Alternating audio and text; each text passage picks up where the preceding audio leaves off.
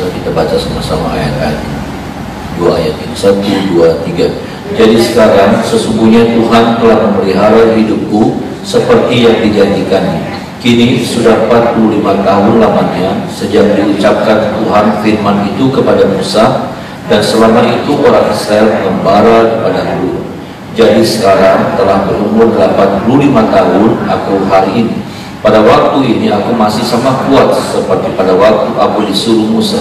Seperti kekuatanku pada waktu itu, demikianlah kekuatanku sekarang untuk berperang dan untuk keluar masuk. Amin. Saudara, kita melihat tentang satu nama, yaitu Kaleb, ya saudara. Kaleb menjadi satu sosok yang sesungguhnya tidak terkenal, kurang terkenal, kurang disebutkan. Hanya dalam sebuah cerita tentang pengintaian, kemudian nama Kaleb ini muncul, Bapak Ibu Saudara. Tapi setelah itu tenggelam, ya. Setelah itu seperti tidak pernah muncul lagi. Bahkan boleh dikatakan seperti terlupakan, Bapak Ibu Saudara. Itulah Kaleb, ya. Tapi bagaimana kita melihat, saudaraku, Kaleb ini satu pribadi yang luar biasa, ya. Satu pribadi yang hebat, saudara. Bukan tentang peperangannya, tetapi bagaimana kemudian setelah kurang lebih 40 tahun, saudaraku, ya, dia berkata bahwa seperti pada ayat yang ke-11, pada waktu ini aku masih sama kuat seperti pada waktu aku disuruh Musa. Seperti kekuatanku pada waktu itu, demikianlah kekuatanku sekarang untuk berperang dan untuk keluar masuk. Yang hebat di sini, saudaraku, bagaimana stamina, kekuatan daripada Kaleb ini tidak berubah, saudara. Ya, bahkan kalau saudara melihat, ya saudara, Yosua memberikan sebuah tanah yang sulit, ya. Bukan berarti memberikan tanah ini tanah yang gratis, dalam pengertian sudah aman tanahnya, sudah terbuka tanahnya, belum. Ternyata cuma dibilang nanti kamu kuasai tanah itu, tetapi di tanah itu masih ada penguasanya. Di sana masih ada orang yang menghuninya, saudara, dan penduduk di sana harus dikalahkan dulu, harus ditumpas dulu. Dan kalau saudara lihat pada ayat yang ke-15, coba sama-sama kita baca ayat yang ke-15, Bapak Ibu Saudara, ya. Ini membuktikan bahwa memang betul Kaleb tidak berkurang, saudara. Kaleb tidak menyusut kekuatannya. Kaleb tidak berubah kekuatannya. Ayat 15 sama-sama kita baca, saudara. 1, 2, 3. Nama Hebron dahulu ialah Kiryat Arba. Arba ialah orang yang paling besar di antara orang Enak, dan amatlah negeri itu. Bayangkan, saudara, kita tahu orang Enak, ya saudara, orang Enak digambarkan perawakannya besar-besar, perawakannya tinggi-tinggi. Tetapi saudara, Kiryat Arba, saudaraku, itu satu tempat yang lebih sulit lagi. Kenapa? Karena penduduk daripada Kiryat Arba itu adalah orang-orang Enak, betul. Tetapi yang paling besar di antara orang Enak perawakannya. Orang Enak itu sudah dibilang orang-orang raksasa, karena perawakannya tidak umum, di atas rata-rata. Tetapi Kiryat Arba, saudaraku, penduduk Kiryat Arba itu adalah betul penduduk Enak, tetapi penduduk Enak yang melebihi daripada orang-orang Enak yang lainnya dalam hal perawakan, dalam hal tinggi, saudara. Artinya apa? Sulit, ya. Tetapi di sini yang kita lihat, ya saudara, mengapa kemudian Yosua bisa memenangkan, bisa meraih, bisa merebut Kiryat Arba? Karena itu, saudara, kekuatannya tidak berubah. Ada amin, saudaraku. Nah, ini yang kita mau lihat bersama pagi hari ini, saudara. Ya, yang saya mau katakan, Kaleb itu menang atas waktu. Sama-sama bilang sama saya, menang atas waktu, saudara. Waktu itu bahaya, waktu itu mengerikan, waktu itu jahat, waktu itu merubah banyak hal. Sungguh, saudara, ya, dengan berjalannya waktu, saudara, kita yang dulu ganteng-ganteng, ayu-ayu gitu, udah mulai merosot. Ya, umur Ya, dulu mah aduh kinclong, sekarang mah udah ya keraknya udah mulai banyak, saudara. Ya, dulu mah kencang, ya saudara. Sekarang waktu itu merubah banyak hal. Waktu merubah banyak hal, percayalah saudara. Waktu merubah banyak hal. Apakah ini tubuh, apakah ini jiwa, apakah itu roh, apakah itu keadaan, apakah itu apa? Kalau saudara lihat di dalam Yohanes pasal yang kedua, di sana tentang pernikahan di Kana, ya saudara. Ya. Kalau saudara melihat tentang pernikahan di Kana yang Yesus mengadakan mujizat air sumur berubah menjadi air anggur, Bapak Ibu Saudara. Kapan itu kesulitan itu terjadi? Kapan itu keadaan yang menegangkan itu terjadi? Kapan di mana orang mulai menyadari, aduh, air anggurnya kurang? Kapan? Bukan di hari pertama. Hari pertama apa? Hari pertama mau jalan biasa-biasa, bagus-bagus semuanya, lancar semuanya. Karena memang di sana orang kalau menikah berhari-hari semua. Hari kedua juga masih lancar, masih bagus, masih aduh meriah, masih meriah. Tapi di hari yang ketiga, keadaan itu mulai berubah. Artinya apa? Waktu mengubah banyak hal. Pernikahan kalau awal-awal indah semua, tapi kalau sudah berjalan ya waktu, itu bisa mengubah banyak hal, mengubah rasa sukacita, mengubah damai, mengubah apa sudah sudut pandang yang tadinya biasa-biasa, tapi kalau sudah berjalan waktu yang biasa-biasa jadi ngenekin, jadi nyebelin. Yang hebat saya lihat, Kaleb itu menang atas Balaam. Dan ini bukan sesuatu yang mudah. Saya mau bilang begini, Bapak Ibu Saudara, kenapa saudaraku? Kenapa Kaleb bisa menang atas waktu? Ada penyebabnya, ada musababnya, saudaraku. Bukan nggak, karena gini, nggak semua orang bisa menang atas waktu. Ada banyak orang dulu menang terus, tapi sekarang menang tuh, ya menang sih tapi jarang. Udah bagus, saudara. Ada yang berubah, bukan cuma menangnya jarang, tapi udah nggak ada. Lalu kita bilang begini, ya saya memang udah beda, udah tua, udah merosot, udah. Ini saudara yang saya mau bilang, mengapa Kaleb bisa menang atas waktu? Ayat yang ke-10 ini sudah jadi jawabannya. Ini ayat yang ke-10 jadi jawabannya. Sama-sama kita baca ayat yang ke-10 ya saudara, supaya kita sama-sama bisa menang atas waktu. Ada amin saudaraku ya. Bukankah kita harus menang atas waktu? Ada amin saudaraku. Karena kalau kita tidak menang atas waktu, nanti waktu mengubah banyak hal. Yang bagus-bagus dulu jadi rusak, jadi hilang semua. Yang kuat-kuat dulu jadi habis semua, jadi lemah, jadi merosot. Yang tadi yang mekar, indah-indah jadi jelek semua. Mengerikan saudara. Sama-sama kita baca ayat yang ke-10. 1, 2, 3. Jadi sekarang sesungguhnya Tuhan telah memelihara hidupku seperti yang dijanjikan. Kini sudah 45 tahun lamanya sejak diucapkan Tuhan firman itu kepada Musa, dan selama itu orang Israel mengembara di padang gurun. Jadi sekarang telah berumur 85 tahun aku hari ini. Kunci mengapa Kaleb bisa mengalahkan waktu, kata kuncinya adalah memelihara atau terpelihara. Sama-sama bilang sama saya, memelihara saudara. Ini kuncinya. Kalau saudara mau menang atas waktu, ada hal yang harus saudara pelihara.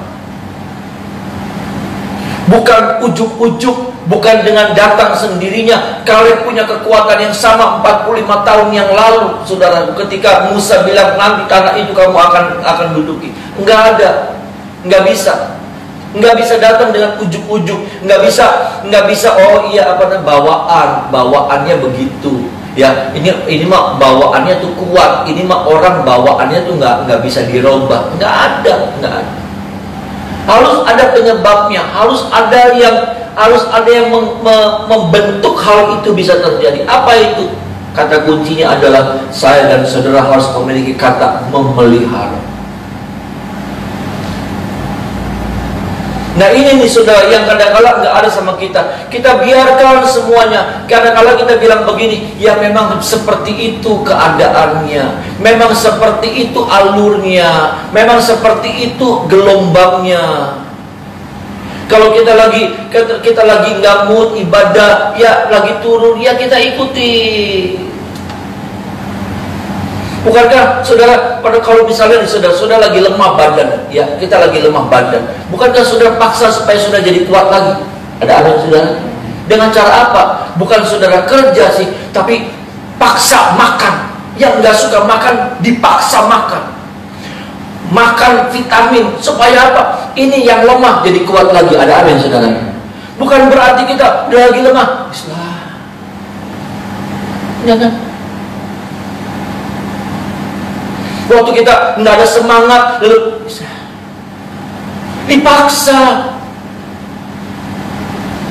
dalam banyak hal. Apakah itu dalam pekerjaan, apakah itu dalam mencari nafkah, apakah itu dalam ibadah, dalam banyak hal. Ada hal yang harus saudara lakukan dengan sesuatu yang dipaksakan, bukan terpaksa, tapi memang harus dipaksakan. Karena kalau nurutin mati saudara. Kalau orang sakit, dulu saya sakit ya saudara, ya kena COVID saudara. Ternyata saya kena COVID.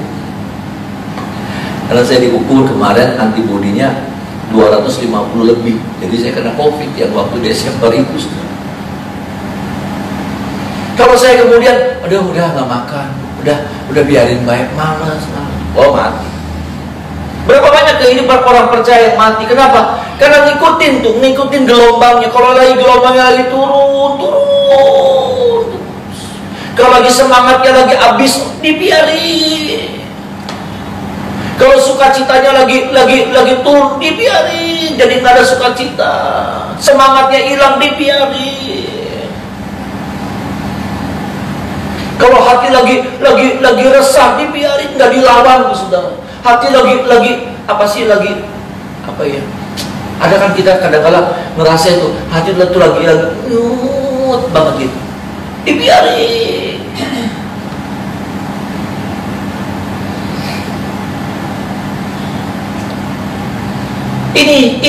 Ini yang namanya tidak ada kata memelihara dalam hidup. Kita biarkan semua terjadi secara alami. Ya memang alami sih, memang alami. Nggak bisa saudara. Bukankah kalau saudara lagi petani itu saudara, kalau dia ngikutin alami, maka semua yang dia tanam mati. Betul saudara? Kalau ngikutin alami saudaraku, ya kering, ya udah dibiarin kering aja. Nggak bisa. Apa yang harus dilakukan sama petani? Siram. Supaya apa? Padi itu nggak mati. Ini yang namanya memelihara. Memelihara tuh ada kata kerja di dalamnya. Dan seringkali kata kerja di sini kata kerja keras.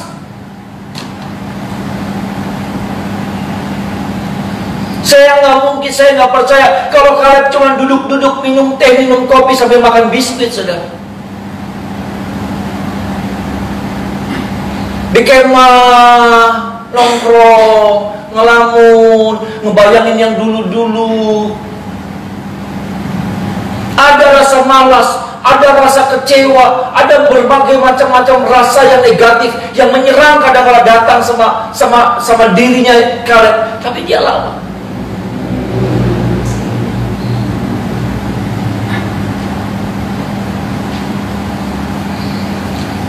Seperti saudara nih. Tiap pagi, saya percaya tuh saudara, tiap pagi ada malasnya. Betul nggak saudara? Ada malasnya, ada sungkan. Ada datang malasnya tuh. Tapi apa? Saudara paksa. Ada apa saudara? Ya, sudah paksa. Saudara nggak bisa bilang begini, ya memang sudah rutin sih, nggak bisa. Tetap aja yang namanya badan tuh ada ketemu sama yang namanya, aduh jenuh, aduh malas. Tapi apa? Kalau sampai saudara bisa datang nih pagi ini karena ada sesuatu yang dipaksa. Nah kayak gitu tuh saudara. Itu yang namanya kata itu sudah sedang hadirkan dalam hidup saudara dan saya. Ada apa yang saudara? Saya juga kadang-kadang datang malesnya. Sudah berapa puluh tahun saudara saya melayani doa. Ada jenuhnya, ada malasnya, tapi harus dipaksa. Kenapa? Kalau diikutin bahaya. Kalau kita bilang begini, ya memang alami sih Pak Gemya, memang alami, memang bahaya. Kalau kita ikutin alami, betul alaminya seperti itu, tapi harus dilawan. Seperti saya katakan gambaran petani, saudara, waktu datang musim panas, dia harus jaga itu, harus dia jaga itu. Bagaimana caranya? Dia punya cadangan air, dia harus mengairi itu, saudara. Walaupun cuma sedikit, tapi diairi supaya apa? Tetap hidup.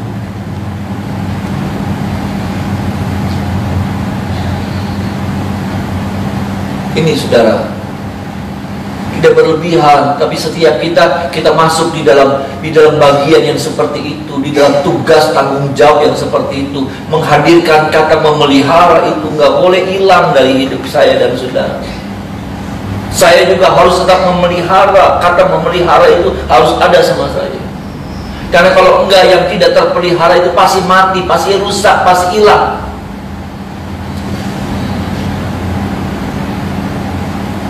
Dan saya percaya Kaleb berjuang itu, saudara. Dia tidak lagi berjuang dengan tangannya, dengan pedangnya, tapi apa? Dia berjuang untuk mempertahankan spirit, jiwa, dan rohnya, saudara. Dia juga mempertahankan apa? Tubuhnya tetap kuat sampai di usia 85 tahun. Bukan cuma tubuh, kadang-kadang kita cuma fokus sama tubuh, tapi jiwa sama roh kita enggak. Tapi juga kadang-kadang orang cuma memperhatikan di masalah roh, tapi tubuhnya tidak terpelihara, sama, enggak bagus juga. Dalam diri saya dan saudara ada 3 hal: roh, jiwa, dan tubuh.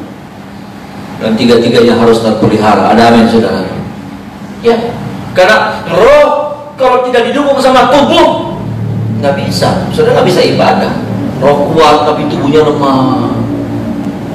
Saya ini, saudara, kalau tubuh saya nggak kuat, nggak bisa saya melayani seperti itu. Saya kuat, tapi saya nggak bisa. Dan salah satu hal, saudara, yang saya mau sampaikan pada pagi hari tentang bagaimana memelihara, dalam kata memelihara salah satunya ya, saudara, ya, kalau kita melihat tentang sesuatu yang penting juga, ya, kata dalam urusan memelihara, ini yang saya perhatikan, saudara, yang saya lihat dari Kaleb. Apa itu, saudara?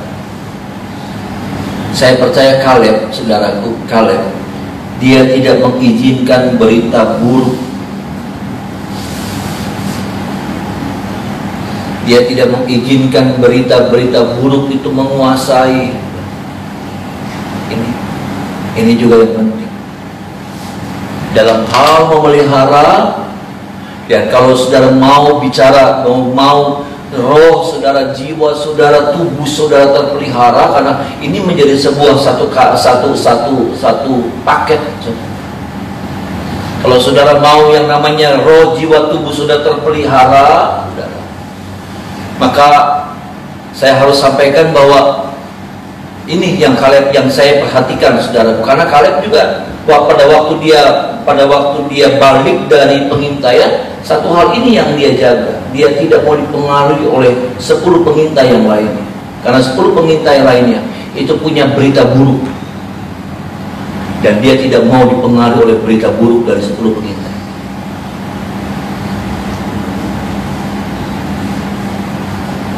Ini tidak berlebihan. Karena apa? Karena berita buruk itu melemahkan banyak hal.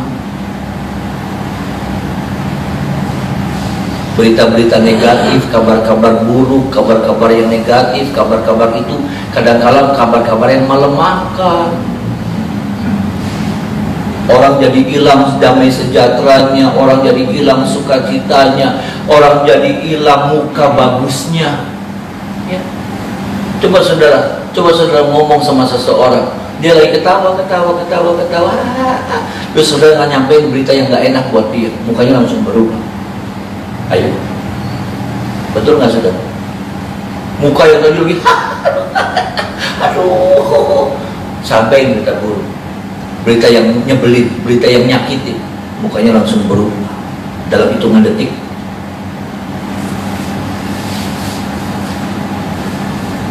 Itu kekuatan berita buruk.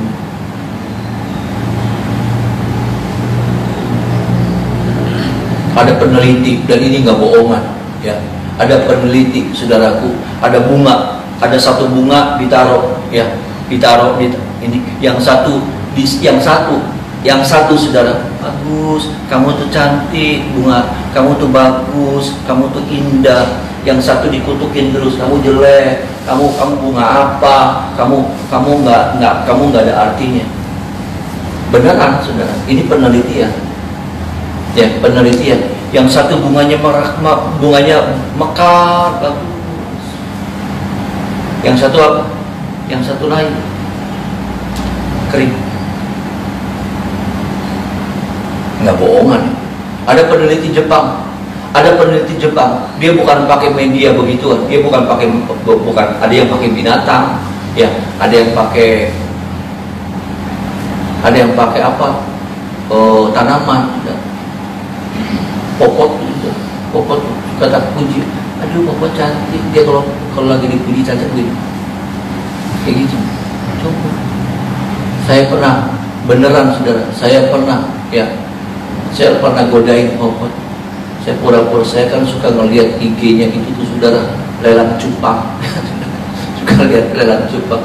Jadi saya suka godain popot. Saya pernah bilang begini, ya Om, ini lelang nih Om, ini ada barang bagus nih, warnanya belang-belang. Udah di sell aja, potongannya gede. Ya saya bilang, udah kalau nggak mau ongkir gratis aja, ongkir gratis. Maksudnya popot, saudara. Dia marah loh. Dia begini, waktu saya bilang begitu dia begini. Gitu. Tahu. Saya terusin kata-kata saya, ya udah dijual gratis, ya udah kalau nggak mau gratisin aja. Dia mana? Dia caplok hidung saya. Maksud saya gini loh saudara, punya kekuatan. Kata-kata itu tuh punya kekuatan.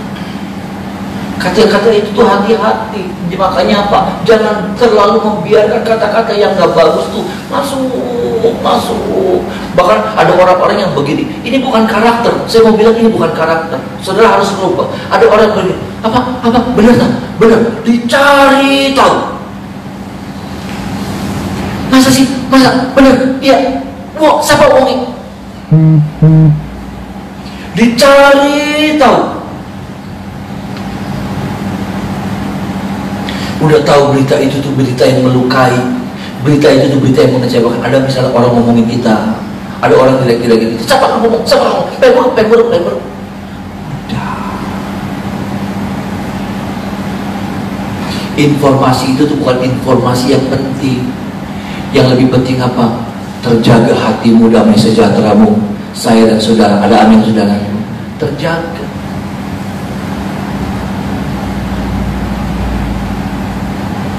Nggak ada orang yang kuat diomongin saudara.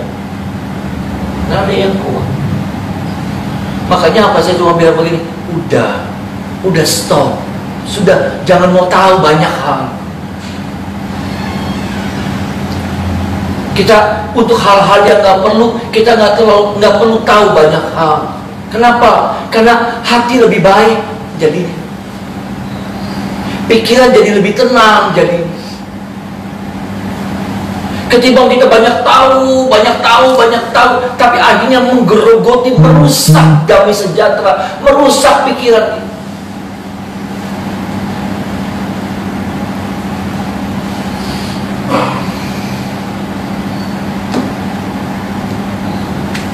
Saya pernah sampaikan itu saudara, bahwa hidup ini suara itu ada voice, tapi juga ada suara noise.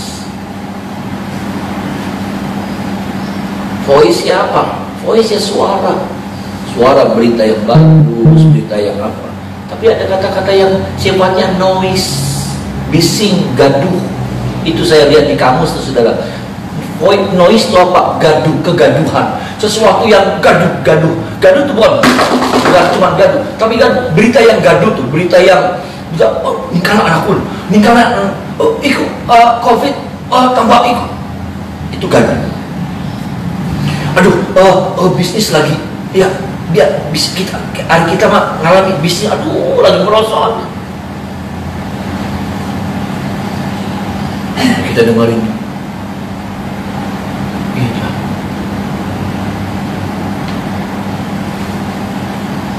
Sampai engkau dan saya dilemahkan.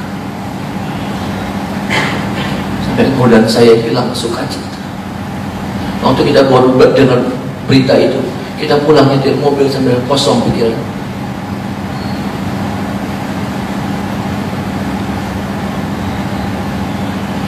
Hampir sepertinya kita melihat ini.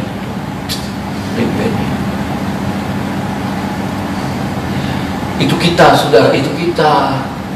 Itu saya dan saudara. Makanya apa? Stop. Ada amin, saudara. Kita punya hak untuk memilah dan memilih mana yang boleh masuk. Kita bisa saja mendengar semua berita, benar, saudara. Kita nggak bisa ngelarang. Karena ketika kita ngomongin pakai ini, lalu kemudian kita berita bagus beli, pakai headset tuh sudah. Kita berita bagus beli, bagus bos. Sok apa? Nggak mungkin, saudara. Kita buka, tutup telinga kita, ya kapas, ya nggak mungkin, saudara. Bisa, tapi maksud saya disaring. Ada amin? Disaring. Kadang kalau kita pengen tahu semua, orang ngasih tahu informasi begini, kita udah, iya, masa marah, udah. Enggak, saudara, saya kalau saya nggak seperti itu, aduh, hati saya udah rusak, pikiran saya udah rusak. Udah jebol ini, saudara, pembuluh darah saya udah jebol. Sungguh, saudara. Kenapa? Itu kata memelihara itu tuh, saudara. Ya ada kaitannya sama apa? Dengan suara yang kita dengar. Dan kita terlalu banyak membiarkan noise itu, kegaduhan. Suara-suara yang gaduh, suara-suara yang aduh, kalau orang dreg-deg di hati. So, saya pukul-pukul ini nih. Ya. Saya pukul-pukul tembok ini. Ini kan bukan tembok nih, saudara. Apa namanya? Itu ya apa? Gipsum. Saya gedor-gedor, dreg-deg sih. Kalau saudara nggak kuat, makanya begini. Kalau saudara nggak kuat dengan berita itu, pergi, tinggalin. Itu caranya. Udah tahu ini hati ini deg-deg, nyetelin TV terus COVID. Saya nggak bilang saudara nggak boleh dengar berita, tapi jaga. Lalu apa gitu? Kalau berita itu cuma melemahkan saudara, buat apa? KBR mesti tahu COVID lah, harga emas lah, apa namanya, harga saham lah, pengen tahu kan? Enggak, kita nggak pernah main saham, tapi saham pada mundur, anjlok kami. Sekayang iya kan? Sekayang iya. Saudara kerja aja di, kalau masuk Metro TV masuk sana. Tribun News, ya, kayaknya masih buka peluang kalau sudah Tribun News. Jadi saya mesti tahu berita semuanya, berita. Ada pembunuhan di sini, ada apa di sini, lo tahu. Tapi firman Tuhan nggak tahu bahwa dalam firman Tuhan itu adalah kabar baik. Ada amin, saudara? Amin. Firman Tuhan itu kabar baik. Dalam firman Tuhan ada cerita-cerita di mana orang-orang udah nggak punya pengharapan, udah nggak bisa ngapa-ngapain, tapi selalu ada pertolongan Tuhan di dalamnya. Amin. Dalam usaha saudara yang saat ini lagi mungkin lagi ngadepin sesuatu yang, saya cuma bilang begini, betul ada saatnya sudah ngadepin begini, tapi saya percaya juga selalu ada pertolongan Tuhan di dalam nama Yesus. Amin, saudara. Selalu ada pertolongan Tuhan. Saya mau saudara kuat, jangan jadi lemah. Saudara tahu ya, domba, saya pernah sampaikan, domba, saudara Domba, kekuatan domba itu di telinganya sebetulnya, tapi kelemahannya domba juga di telinganya juga. Banyak domba-domba mati sudah. Kenapa? Karena itu dia dikerubutin. Ini kan telinganya kotor nih, ya, ada kotoran, ya. Itu laler, saudara. Itu laler, itu. Wow, pokoknya di seputar kepalanya domba tuh dikelilingi sama itu yang terjadi. Dikelilingi sama apa? Sama lalat. Sampai nanti dia begini. Nanti sampai lalat, ya sudah, sampai lalat kasih bertelur di telinganya. Nanti dia begini. Terus begitu mati. Itu gembala-gembala domba yang ada di Australia, New Zealand, di mana saudara ya, di Israel, di mana itu begitu. Masalahnya di sini. Domba itu saudaraku selalu diganggunya sama itu. Karena kalau bicara tentang serigala ada gembala yang jaga, iya kan? Kalau bicara tentang ada binatang buas ada gembala yang menjaga. Tapi kalau lalat susah. Bayangin kalau gembala yang kejar lalat, gembalanya yang mati. Ya kan? Kalau pindah, lalatnya balik lagi, bayangin sudah. Itu domba kalau kalau nggak dijaga, ya makanya si gembala punya teknik. Karena kalau enggak dia akan suruh coba saudara gedek 1 menit. Sok aja di rumahnya gedek 1 menit. Kolom. Makanya saya nggak ngerti itu orang, makanya kan otaknya rusak sudah. Yang apa? Yang di ekstasi itu yang kayaknya otaknya rusak. Obatnya sudah bikin rusak sama geleng-geleng. Dia pikir enak sekali, mati gitu.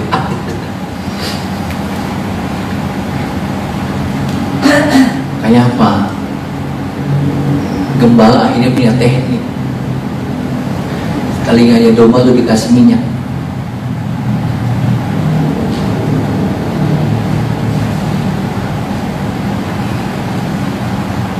Setiap telinga domba dikasih minyak. Biarlah minyak itu ada sama telinga saya dan saudara. Amin saudara. Telinga itu bicara tentang urapan Tuhan. Minta supaya terjaga telinga. Sampai saudara nggak begini. Aduh, puyeng. Aduh, kedel, mati. Stres. Tuhan tolong ya saudara. Saya gede-gede kayak gini, udah ada kolom semua.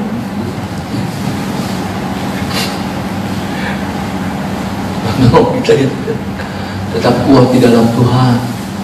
Bahkan semakin kuat kita di hari-hari ke depan. Ada amin saudara. Kita nggak dilemahkan. 45 tahun setelah itu Kaleb tetap bisa merebut itu saudara, tempat yang sulit, tempat orang-orang enak. Yang paling hebatnya dia bisa rebut. Kenapa? Karena kekuatannya terpelihara. Mari kita menyembah Tuhan.